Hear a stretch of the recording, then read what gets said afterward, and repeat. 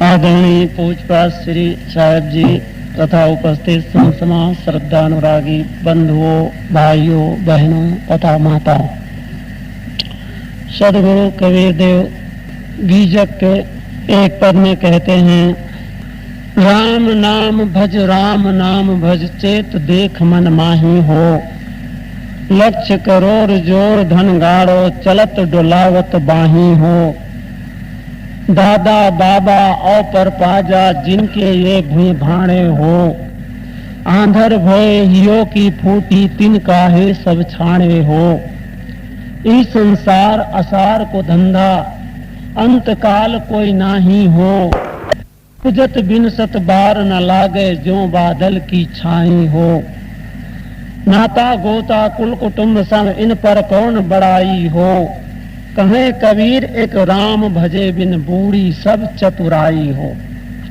सदगुरु कबीर देव इस पद में कहते हैं, राम नाम भज, राम नाम भज।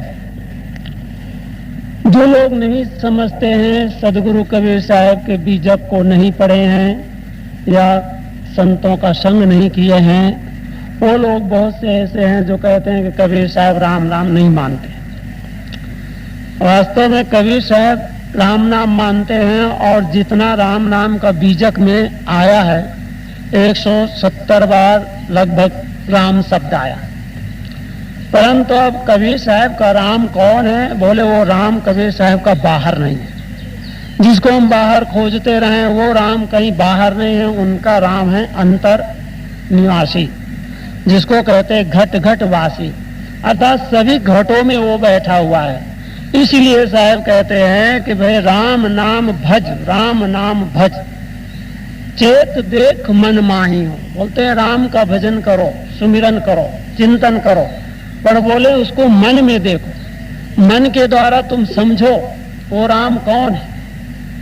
एक राम है घट घट वासी, एक राम का जगत पसारा, एक राम है सबसे न्यारा।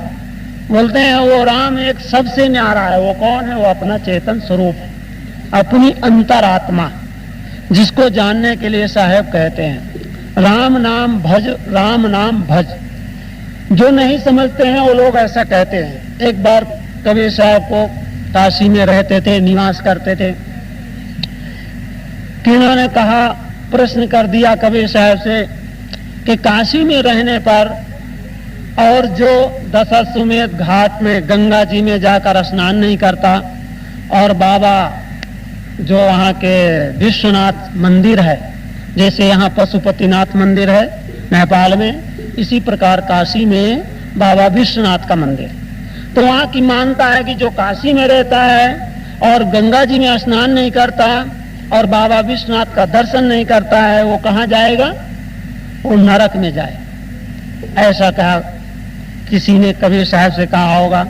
तो सदगुरु कबीर देव तुरंत बोल पड़ते हैं, बोले पंडित शोध कहो समझाई। बोले तुम कहते हो शोध के विचार करके बोलो, किससे बात कर रहे हो? नरक कौन जाएगा? पंडित शोध कहो समझाई, जाते आवा गवन नशाई, अर्थ धर्म और काम मोक्ष को कौन दिशा भस भाई, उत्तर की दक्षिण पूरब की पश्चिम स्वर्ग पताल के माही, बिना गोपाल ठौर नहीं कहूं नरक जात धोखाए। बोले तुम कहते हो कि जो काशी में रह करके गंगा जी में स्नान करे और बाबा विश्वनाथ के दर्शन करे वो स्वर्ग जाएगा, और जो ऐसा नहीं करता है वो नरक जाएगा। तो तुम मुझको बतलाओ नरक कहाँ पर है? प्रश्न कर दिया कबीर साहब ने उनसे। बोले तुम मानते हो कि परमात्मा सभी जगह है, तो जब सब जगह परमात्मा है तो नरक में भी परमात्मा है कि नहीं? अब वो कैसे कहें कि नरक में परमात्मा नहीं है? अब यदि कहते हैं कि परमात्मा नरक में भी है, तो जहां परमात्मा होता है वो नरक होता है कि स्वर्ग? किसी ने कहा कि दुर्जन के साथ तुम नरक स्वर्ग में जाओगे कि सज्जन के साथ तुम नरक में जाओगे कि दुर्जन के साथ तुम स्वर्ग में जाओगे? तो उत्तरदाता ने कहा कि सज्जन के साथ हम नरक में जाएंगे और दुर्जन के साथ हमें स्वर्ग में जाना अच्छा नहीं है। बोले ऐसा क्यों?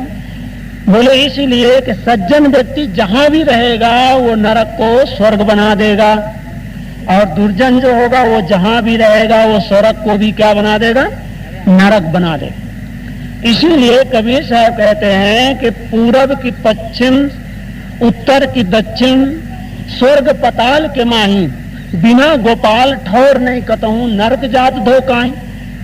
आप बोलते हैं कि वो गोपाल माने परमात्मा जो है वो सभी जगह है, तो जब सभी जगह है तो फिर नरक कहाँ है, किस जगह पर हम जाएंगे? इसीलिए साहब ने बोला कि नरक और स्वर्ग ये तुम्हारी मन की केवल कल्पना है। बोले नरक जात धोकाही, अन जाने को स्वर्ग नरक है, हरि जाने को नाही, जे डर से सब